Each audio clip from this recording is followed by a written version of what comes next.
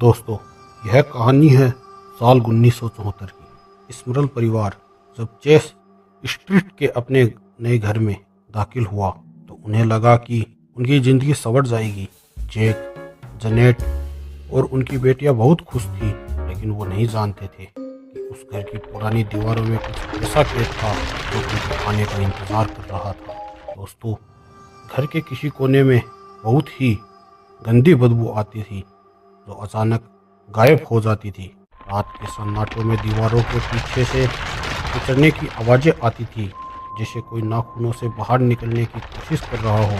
उन्होंने इसे नज़रअंदाज किया। सोचा घर पुराना है, लेकिन यह उनकी सबसे बड़ी गलती थी। दोस्तों, एक रात जेनेट ने देखा कि रसोई में एक काला साया हवा में तैर रहा है। उसका कोई चेहरा नहीं था, बस घना अंधेरा। उसी रात उनके पालतू कुत्ते को एक अदृश्य ताकत ने हवा में उठाया और जोर से दीवार पर दे मारा। वह कुत्ता इतना डर गया कि उसने खाना पीना छोड़ दिया। लेकिन हद तो तब पार हो गई जब उस साये ने जैक को अपना निशाना बनाया।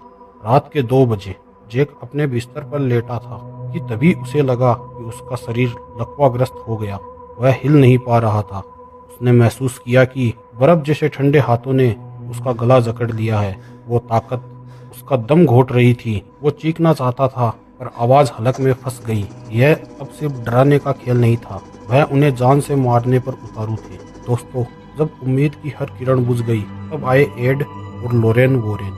घर में कदम रखते ही लोरेन कांप उठी। उन्होंने कहा, यहाँ एक नहीं 4 आत्माएं हैं और उन्हें नचाने वाला एक प्राचीन पिशाच है। वोरेन ने फैसला किया कि अब आर पार की लड़ाई होगी। उन्होंने अंतिम अनुष्ठान शुरू किया। वह एक तूफानी रात थी। जैसे ही एड ने लैटिन मंत्र पढ़ने शुरू किए, घर की नींव हिलने लगी, फर्नीचर हवा में उड़ने लगे। वो पिशाच घर के एक पुराने आईने के जरिए अपनी ताकत बढ़ा रहा था।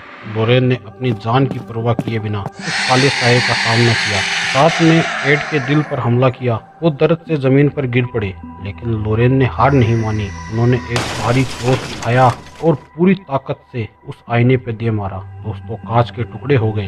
एक रोंगटे खड़े कर देने वाली अमानवीय चीख गूंजी और वो काला धुआं जमीन के अंदर समा गया। सब कुछ शांत हो गया। तूफान थम गया। स्मरल परिवार बस तो गया, लेकिन उस रात ने वोरेन दंपति को अंदर से इतना तोड़ दिया था कि एड ने कहा कि उस घर का सन्नाटा किसी भी शोर से ज्यादा डरावना था। कहते हैं, बुराई कभी पूरी तरह खत्म नहीं होती, वह बस एक मौके और एक नए घर का इंतजार करती है।